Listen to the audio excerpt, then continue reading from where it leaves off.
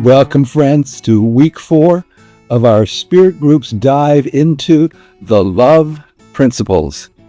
I'm praying that your experience with your group and the love principles has challenged a part of you to open up more to the love that you are and to be able to share it.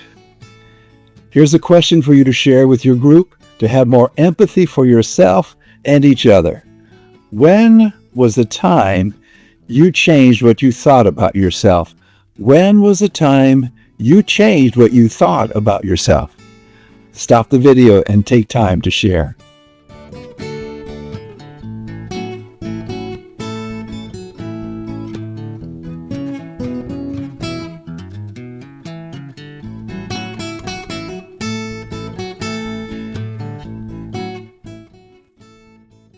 One of my favorite quotes out of the book, The Love Principles, is on page 84.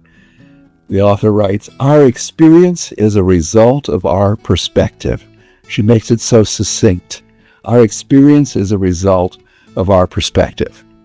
Another way to say it is, things happen, we filter it, we interpret it, and then we express.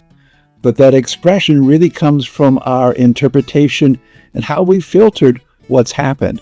And several people can have the same experience, but because they have a different interpretation of that, will have a different way that they express in it. And so know that we each establish the meaning and value in our lives. We're the ones that tell the story.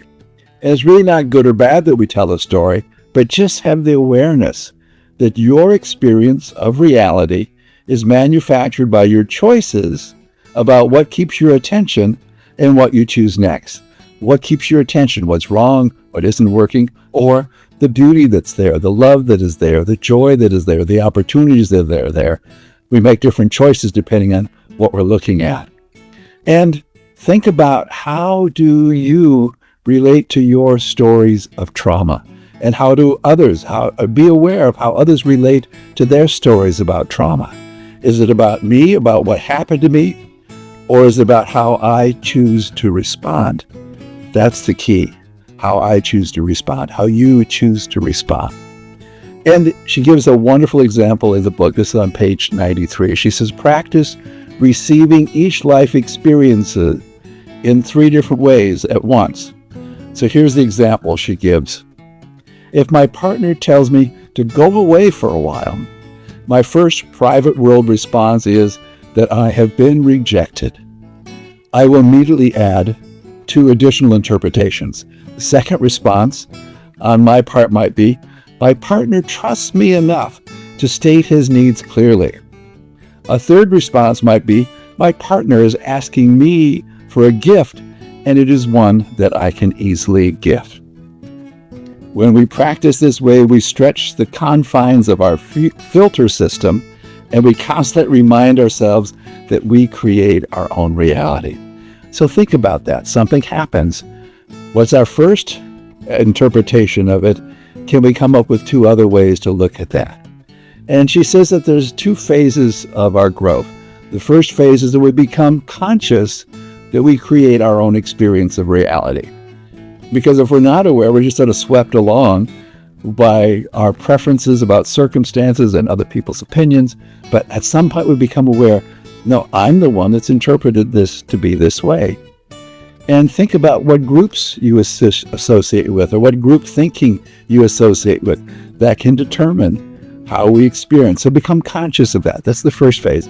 The second phase, she says, is we consciously create our consciousness of reality. And we challenge what we give authority to. We challenge even our habits and routines, knowing that we all have had trauma one way or another. And rather than thinking about post-traumatic stress syndrome, think about post-traumatic growth. Our life can be enhanced by the circumstances we have. And this is what one of her definitions of love. I choose that my life is enhanced by the circumstances in which I find myself. She says that's really loving yourself and loving those around you. I choose that my life is enhanced by the circumstances in which I find myself.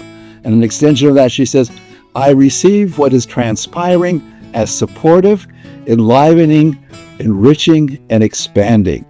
What if you could see everything in your life in that way? That way we can face our mistakes, apologize, and make new choices. We can experience things in such a different way. I receive what is transpiring as supportive, enlivening, enriching, and expanding. She says one of the ways to do this is what she calls habit disruption, to do things differently, with a different hand, in a different order, during a different part of the day, and observe how easy it can be to create a new reality for yourself. And again, these two phases, we become conscious that we create our reality, and then we consciously choose how we create our reality. There's one exercise that I've used to do this myself. It's tell a story about something that happened from the first person perspective. Oh, I was doing this and this happened and they said this and then I felt this, and then tell the same story from the third person perspective. Oh, Blair was at this place and so said this to him, and then he was thinking this and feeling this, and then he did that.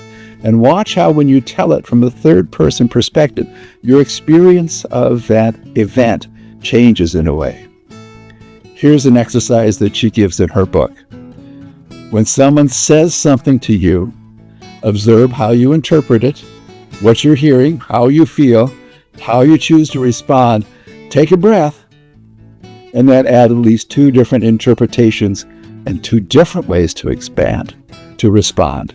Sort of extension of what I read earlier from her. Now, I invite you to stop the video, and I invite you to share with each other a time when you changed your perception of a person or event. When was a time that you changed your perception of a person or event? Have a great session.